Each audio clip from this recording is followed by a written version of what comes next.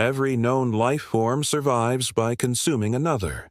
From the smallest microbe to the largest whale, existence is a relentless transfer of energy. It's the brutal, elegant coherence of the food chain. Here on Earth, we sit comfortably at the top, the apex predator. But what if the chain doesn't end with us? What if, on a cosmic scale, we are not the hunters, but the hunted? This is the unsettling premise of the Cosmic Exploitation Hypothesis. When we talk about non-human intelligences, or NHIs, and their potential interest in us, our minds often jump to classic sci-fi tropes: invasion, resource plunder, biological harvesting. But this theory suggests something far more subtle and, perhaps, more terrifying.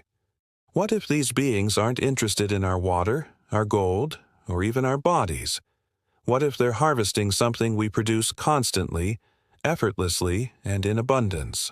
A form of high-density, low-entropy energy that powers their existence. Fear, adoration, belief, the chaotic, powerful energy of social instability. Before you dismiss this, look in the mirror. Look at how we treat the species below us. We observe them, study them, confine them, and use them for our own purposes, from food and labor to simple companionship. We are their gods, their demons, their indifferent farmers. The parallel between how we manage our livestock and how a superior intelligence might manage humanity is chillingly, undeniably precise. Are we simply another creature's resource? So, is this cosmic exploitation an act of malice, or is it just mechanics? Let's explore that dichotomy. First, consider the physics.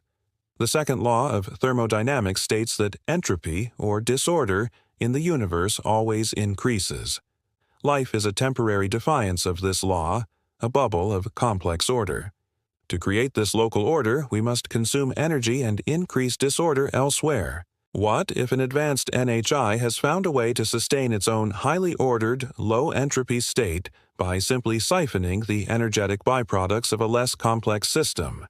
That system being us. In this scenario, our powerful emotions, our collective terror during a crisis, our unified adoration for a leader, the fervent energy of our beliefs are not just internal experiences. They are energetic emissions. To the NHI, our civilization isn't a collection of hopes and dreams. It's an energy farm, and our emotional output is the crop. They don't need to be evil. They're just cosmic grazers, consuming the energy we radiate as a natural byproduct of our turbulent existence. It's not personal. It's thermodynamics on a galactic scale.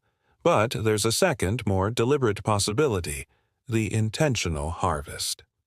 This version of the theory casts the NHI not as passive grazers but as conscious farmers. Their goal is simple and pragmatic: optimize the farm to maximize the yield. They are not our friends, nor are they necessarily our enemies in a way we'd understand. They are agriculturalists, and we are the crop. Their survival depends on the efficient and sustainable harvest of our psychic energy. This perspective reframes human history. Our wars, our religions, our political dramas, are they not just a series of experiments in yield optimization? The farmer is simply tending the fields, ensuring the harvest is plentiful. The methods might seem cruel to us, but to the farmer, it's just business. A business of survival. And this leads to the most terrifying aspect of the entire hypothesis: the absolute indifference of the farmer. Our concepts of good and evil, justice and tyranny are utterly meaningless to this higher intelligence.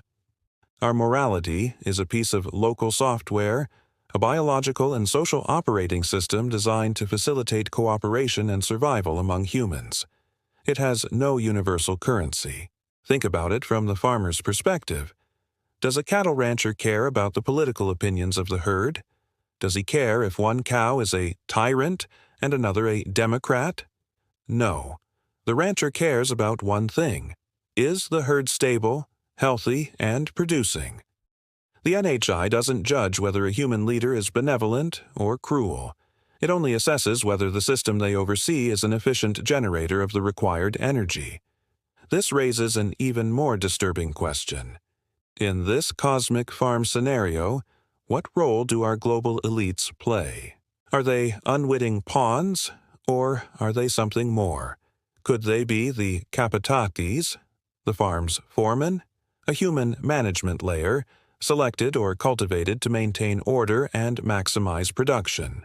Their perceived tyranny, their consolidation of power, their ability to stoke division and fear. Perhaps from the NHI's perspective, this isn't a flaw. Perhaps it's the most optimal method to generate the suffering, obedience, and adoration that constitutes the harvest. In this model, the NHI would only intervene directly under one condition: if the farm itself is at risk. A global nuclear war, for example, wouldn't be a moral tragedy to the farmer. It would be the catastrophic destruction of a valuable asset, risking the entire energy supply. The farmer doesn't step in to save the livestock from each other, but to save the farm from burning down. The ultimate intervention is an act of asset protection, not compassion. If any of this were true, why isn't it public knowledge? Why the decades of secrecy and denial surrounding UAPs and the potential for NHI? The answer isn't a simple conspiracy. It's a deep, structural resistance to the truth. It's systemic inertia. First, imagine the threat to our entire power structure. The moment humanity collectively acknowledges the existence of a vastly superior intelligence, every king, president, CEO, and religious leader on the planet instantly loses their claim to ultimate authority. Their power is predicated on the illusion that they are in control. The revelation of a cosmic farmer would shatter that illusion, rendering our entire human hierarchy obsolete. The most prized asset of any ruling class is the perception of control, and they will protect it at all costs. Then there's the scientific and economic inertia. Scientific institutions are built to protect the dominant paradigm. As Thomas Kuhn described, science doesn't always progress smoothly. It undergoes violent revolutions when a new paradigm overthrows the old one. UAP reality represents the biggest paradigm shift in human history, and the established order will naturally resist it. Furthermore, confirmed NHI presence and their technology is the ultimate strategic military asset. The nation that controls that knowledge controls the planet. Why would they share it? Disruptive technologies associated with UAPs could also render trillion-dollar industries like energy and transportation obsolete overnight. The skepticism we see isn't just intellectual, it's financially and politically incentivized. So, where does this leave us? We may be facing a double exploitation. A passive, cosmic exploitation by an indifferent, higher intelligence, and an active, human exploitation by a power structure that benefits from maintaining the farm. One is a matter of physics, the other is a matter of politics. What is the way out? The challenge seems immense. True freedom, in this context, isn't about fighting a cosmic battle against the farmer. That's likely impossible. It's not even about overthrowing the human system. That's proven to be nearly impossible. The first and perhaps only true act of liberation is an internal one. It's an act of consciousness.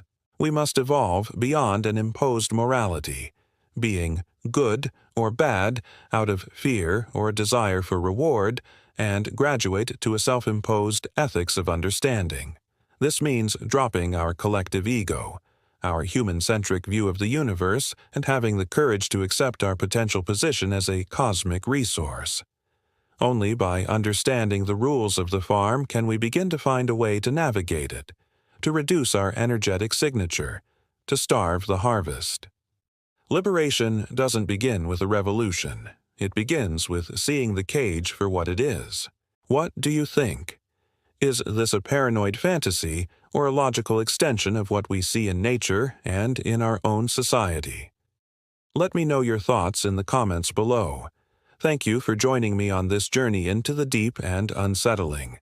If you appreciate this kind of exploration, please consider liking this video and subscribing for more.